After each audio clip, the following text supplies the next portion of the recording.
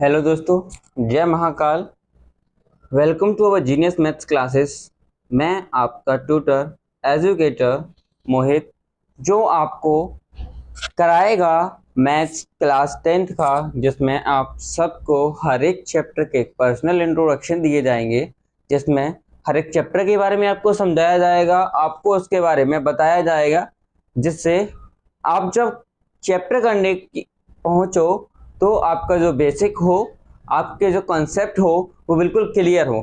जब आपके कॉन्सेप्ट बिल्कुल क्लियर होंगे, आपके प्रॉपर्टीज होंगी, आपको फॉर्मूलेज पता होगा, आपको पता होगा कि आपको जो क्वेश्चंस हैं उनको किस वे में करना है, तो आप उन क्वेश्चंस को बहुत आसानी से कर लोगे और जल्दी वो चैप्टर फिनिश हो जाएगा और इजी हो जाएगा। तो इसीलिए मैं हर एक चैप्टर का एक पर्सनल इंट्रोडक्शन लेके आया हूं, जिसमें मैं आपको बताता हूं कि उस चैप्टर के अंदर जो होने वाला है वो क्या है, उस चैप्टर के अंदर हम क्या करने वाले हैं, उसमें कौन सी प्रॉपर्टी यूज होने वाली हैं, कौन से फॉर्मूले यूज होने वाले हैं, क्या वे है कि हम उन क्वेश्चंस को विथ इजी सॉल्व कर पाए। तो चलिए चलते हैं क्लास 10th इंट्रोडक्शन। कल लाइट के इश्यू के चक्कर में हमारी क्लास बीच में स्टॉप हो गई थी बिना बताए, क्योंकि लाइट नहीं आ पा रही थी तो वीडियो में कुछ शो नहीं हो रहा था, इसलिए मैंने ऑफ कर दिया था। तो मैं वहीं से समझा देता हूँ, उसके बाद हम आज नेक्स्ट चैप्टर की ओर चलते हैं 1.1, जिसके आज हम कुछ क्वेश्चन सॉल्व कर लेंगे, बाकी नेक्स्ट डे हम 1.1 को फिनिश कर देंगे। ठीक है, तो हम सीख रहे थे कि relation between LCM and HCF, है ना।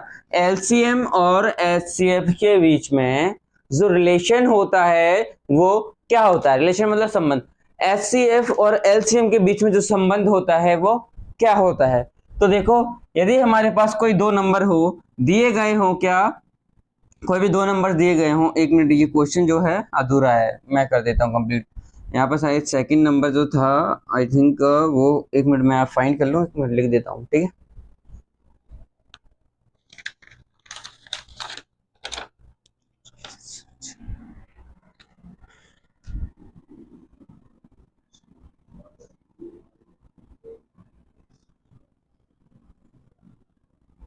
सेकंड नंबर ये है एचसीएफ, इसका 6 आएगा। हमें क्या करना है, हमें इसका एलसीएम फाइंड करना होगा। तो हमें क्या करना था, हमने एक फॉर्मूला देखा था जो था हमारा क्या, हमारा हमेशा फर्स्ट नंबर का इंटू सेकेंड नंबर में होगा और वो इक्वल्स टू होगा उन नंबर के एलसीएम इंटू एचसीएफ का। आपको कोई भी दो नंबर दिए जाएंगे, जो क्या होगा 66 एंड 420, ये जो दो नंबर्स हैं, आप पहले इनका एलसीएम करोगे, देन इनका सेपरेटली आप एचसीएफ करोगे। आपको पता है 66 का एलसीएम करोगे, 420 का एलसीएम करोगे, फिर इन दोनों का कॉमन फैक्टर्स निकालोगे तो आपको एचसीएफ आ जाएगा, है ना। तो आपको एचसीएफ निकालना है, एलसीएम निकालना है, देन उनका इंटू करोगे तो आपका जो इक्वल होगा वो क्या होगा, first number into second number के आपका एचसीएफ इंटू एलसीएम का जो आपका मल्टीप्लिकेशन है, प्रोडक्ट है, वो इक्वल हो जाएगा। ठीक है, मैं आपको बता दूं कि ये जो वे है हमारी यूज होने वाली है वो 1.1 में हम एलसीएम इंटू एचसीएफ को हम वेरीफाई करेंगे, जहां पे हमें करना होगा प्रोडक्ट इंटू टू नंबर्स।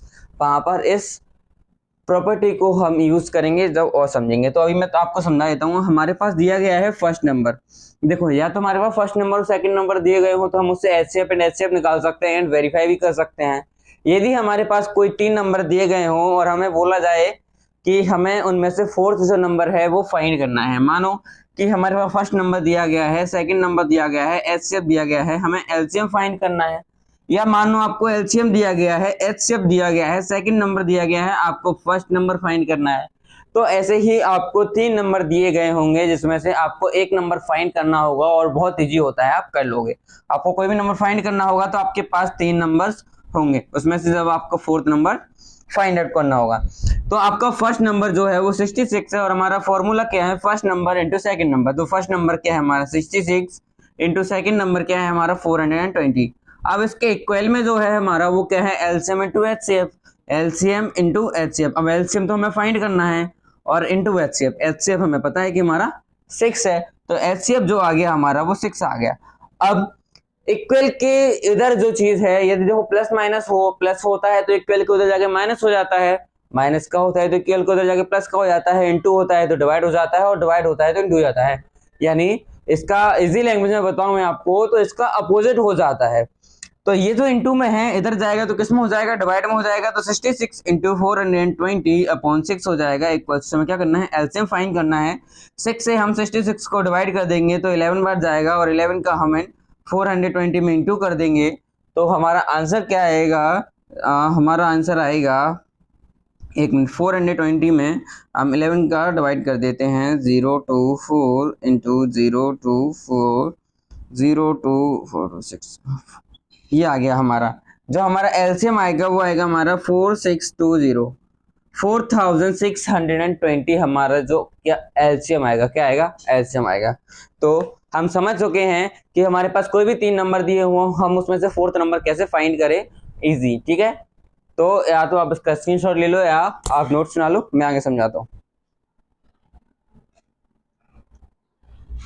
ठीक है, तो अब हमारा जो ये है क्या है, prove root 2 is rational.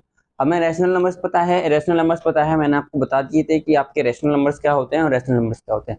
Rational numbers ऐसे नंबर्स होते हैं जो आपके p अपॉन क्यू के फॉर्म में होते हैं, जहां पर आपका जो q होता है वो डज नॉट इक्वल टू 0 होता है। ठीक है, अब आपके जो रैशनल नंबर्स होते हैं वो अंडर रूट्स में आते हैं, पाई में आते हैं, मैंने आपको बताया था। ठीक है, तो अब हमें इसमें क्या करना है, हमें करना है prove under root 2 is rational. ये आपका आने वाला है एक्सरसाइज 1.2 में और ये बहुत ज़्यादा मोस्ट इंपॉर्टेंट है, तो आपको इसको अच्छे से समझना है। ठीक है, क्योंकि इसमें से बहुत सारे क्वेश्चंस बन के आ सकते हैं, कुछ भी क्वेश्चंस आ सकता है और ये इजी भी है। ठीक है, तो मैंने एक लाइन लिखा है यहाँ पे, इट इज कॉन्ट्राडिक्शन मेथड। ये जो हमें इसको प्रूव करना है ये क्या है, ये कॉन्ट्राडिक्शन मेथड है। कॉन्ट्राडिक्शन मेथड क्या होता है, कॉन्ट्राडिक्शन मेथड होता है कि जहाँ में एक ऐसा, मतलब हमें उसको प्रूव करना पड़ता है कि जो हम प्रूव कर रहे हैं ये उसका उल्टा नहीं है। हम जो भी कुछ यहाँ पे प्रूव कर रहे हैं हमें उसमें बताना होता है कि ये उसका उल्टा नहीं है, मतलब उसका उल्टा नहीं होगा। जैसे इरेशनल है, हमें बताना होगा इसमें कि इरेशनल का उल्टा नहीं है। अब इरेशनल का उल्टा नहीं होगा तो इरेशनल ही होगा, इरेशनल का उल्टा होगा तो क्या होगा, रैशनल होगा। तो हम इसमें क्या बताते हैं कि इसका उल्टा नहीं है, इसका उल्टा नहीं है तो हम इसका क्या करेंगे, रैशनल देखेंगे, रैशनल देखेंगे। ठीक है, तो हम यहाँ पे क्या करते हैं, let us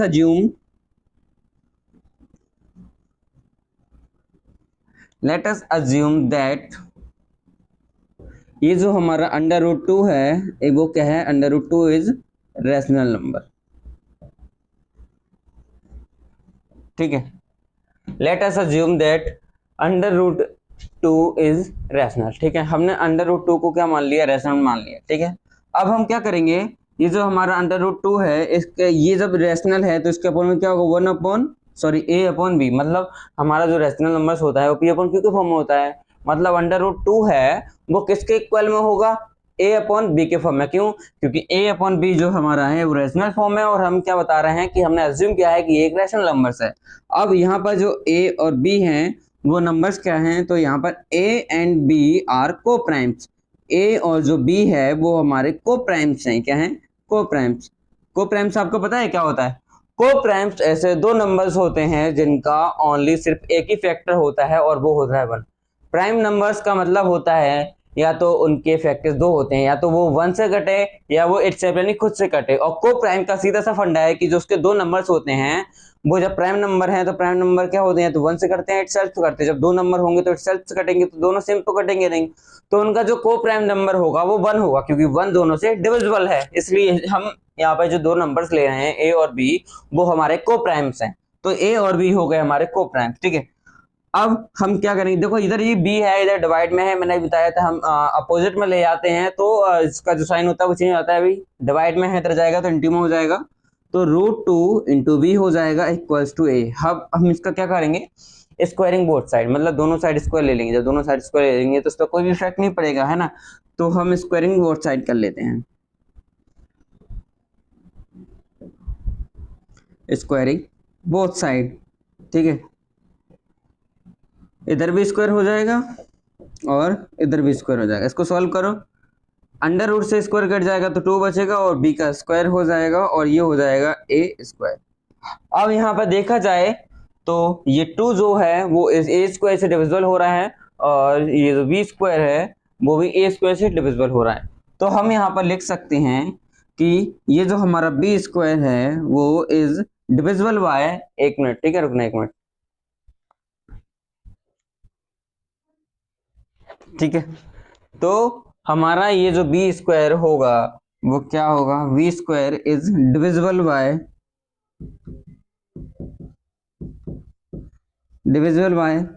A square. And जब हमारा बी स्क्वायर ए से डिविजिबल हो रहा है तो हमारा बी भी ए से डिविजिबल हुआ है ना, B is also divisible bye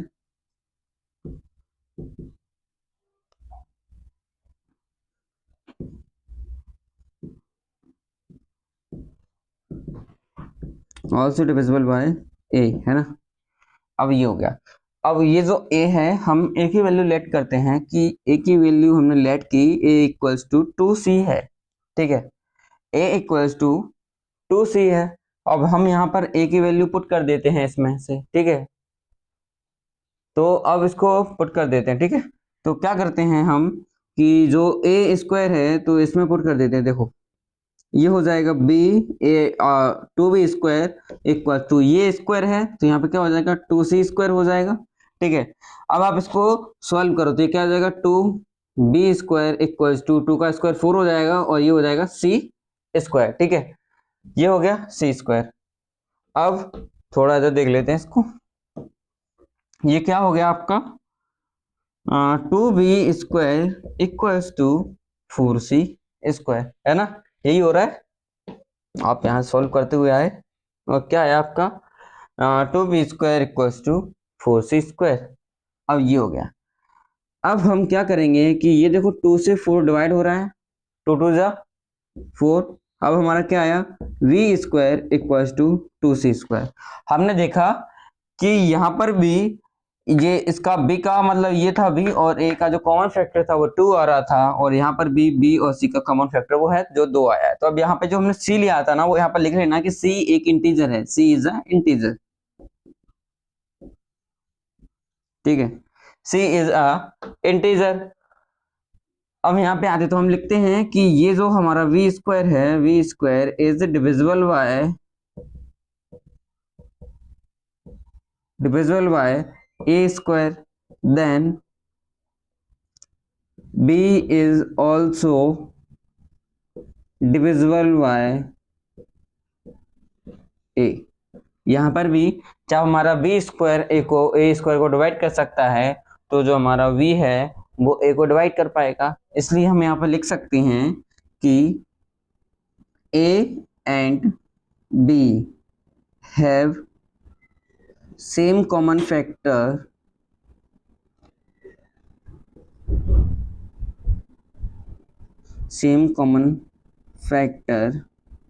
is 2, है ना। तो समझ में आया आप लोगों को।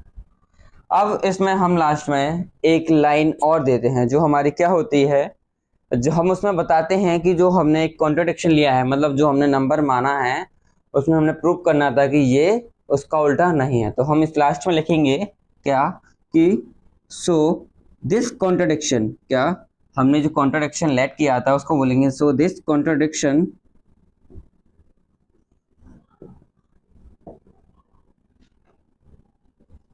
is arisen because of our wrong assumption।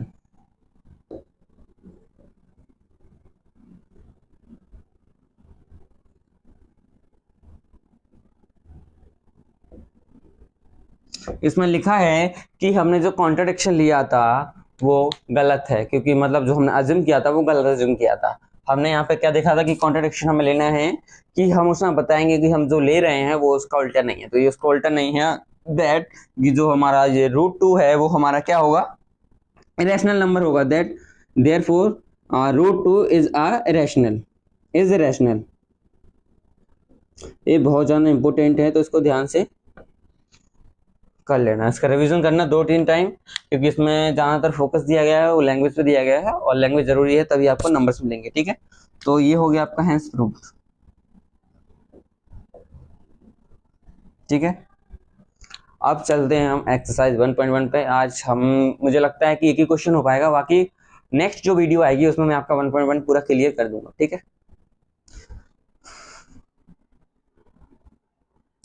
ठीक है, तो चलते हैं हम अपने एक्सरसाइज 1.1 में। जो हमारा क्वेश्चन है वो पहला क्वेश्चन दिया गया है कि हमें एक्सप्रेस करना है नंबर्स को एज अ प्रोडक्ट। प्रोडक्ट मतलब क्या होता है? मल्टीप्लाई। किस मल्टीप्लाइज में?